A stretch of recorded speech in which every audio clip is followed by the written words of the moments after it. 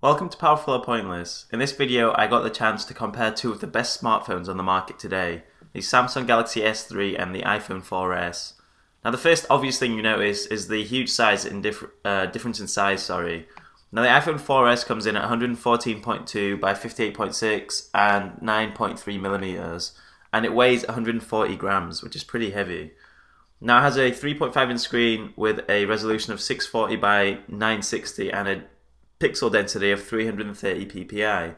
Now compare that to the Samsung's huge 136.6, 70.6 and 8.6 millimeters, which is actually slightly thinner than the iPhone but a lot wider and taller, and 133 grams it weighs, which is actually less than the iPhone, so they've done a good job there.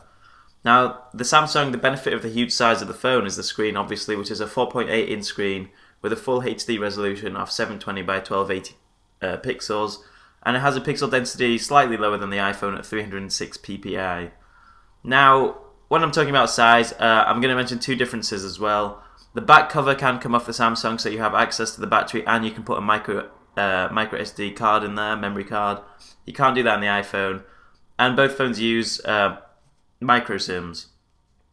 Now, do I prefer the larger size? Yes, there are huge benefits to having a big screen, but when using the phone with one hand, it's much easier to use the iPhone when you can reach the corner with your thumb and stuff, and it's not as easy on the Samsung because of the large screen, obviously. But there are benefits of having a huge screen at the same time. So now we're getting on to the differences between the operating systems, and I've got in the video now, you can see this pop-up play thing with the video. Now one thing with that is you can only use the Samsung video player to do this video thing. Although it's amazing, I'm never going to use it because I only ever watch YouTube videos, and that doesn't work with this pop-up play thing. Yeah, so one major difference with the operating system is the way you can organize the screens, and as you might have seen in the background, I've tried to put the same apps in the same places on both phones, so you can organize them exactly the same. But the difference is on the iPhone, everything you see on the apps page is everything on the phone, whereas on the Samsung you can hide stuff in the apps menu and then have loads of stuff on your home pages too. So there's also the difference of widgets, which can be very useful, so you can create a calendar widget, for example, that just instantly shows you what's coming up, whereas on the iPhone you'd have to go into the app and then see what's coming up on your calendar. So much more customizable on Android devices, and it works really well on the S3. Now I'm just showing you browser speeds right now, loading Powerful or Pointless, and you can see speeds are pretty much the same. Zooming in and out is smooth on both phones.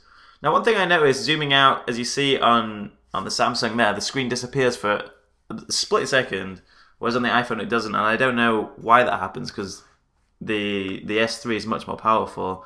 I think it's just the way the browsers work on Android.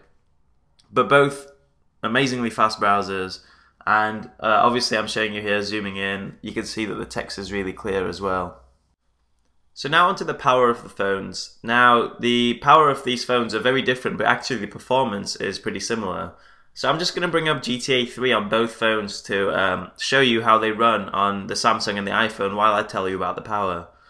So the iPhone, which is a lot older than the Samsung, has a dual-core 1 GHz processor and 512 MB of RAM, whereas the Samsung has a beastie quad-core 1.4 GHz processor with 1 GB of RAM.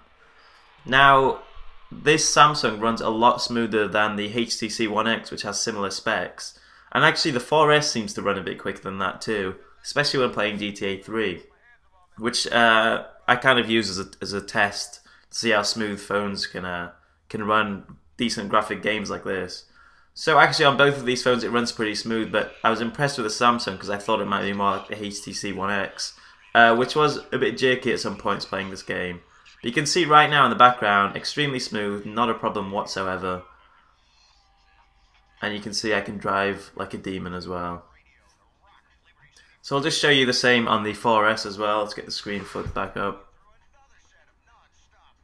So again, buttery smooth, not a problem whatsoever.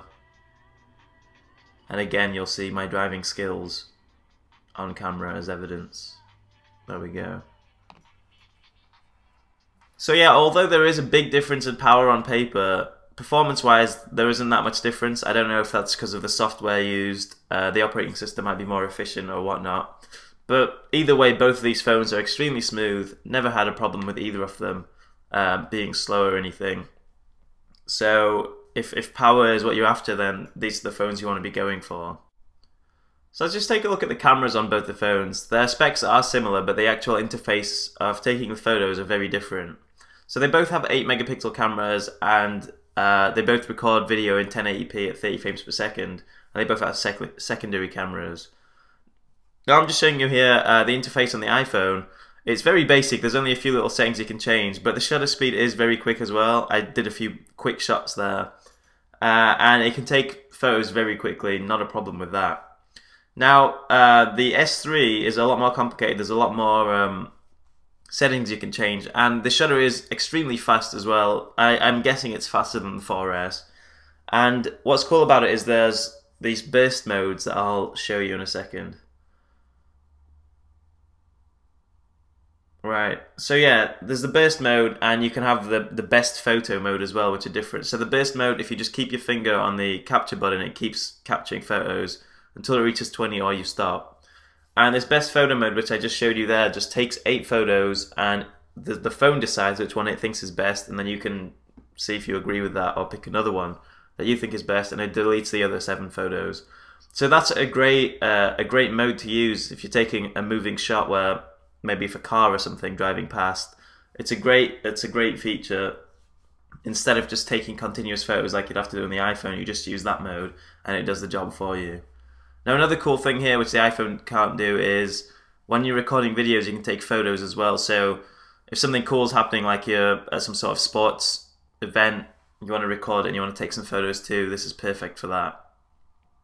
So, you know, the photo quality, I'll put up some photos just so you can see the difference and decide for yourself, but I'm not a photography kind of guy and I can't really tell the difference. I think they both look great. And features wise, I'd go for the S3 because I think the features are better for the camera. So finally, onto some little differences with the interface. So the S3 has some cool little features, like on the home screen you can unlock into 4 different apps, whereas on the iPhone you can just unlock into the home screen or into the camera. And the S3 has a better taskbar as well, so you can turn off and on things like Bluetooth and Wi-Fi and stuff, so that's more convenient too. And then there's widgets, of course. So I've tried to make the home screens look kind of similar. I've organized them in the same way. But on the iPhone, that's all you see. Everything is on the home screen, whereas on an Android, it's a bit more complicated. There's stuff in the apps part as well. You can have widgets, you can have loads of different home screens, so it's much more customizable, which is either a good or a bad thing. Now, if someone was to ask me which was the better phone, I'd have to say the S3. It's better on paper, it runs perfectly smooth, it does everything the 4S could do. But what do I use day to day? The 4S. That's purely because of the app ecosystem and because I'm used to iPhones and because I really prefer the smaller size of the phone.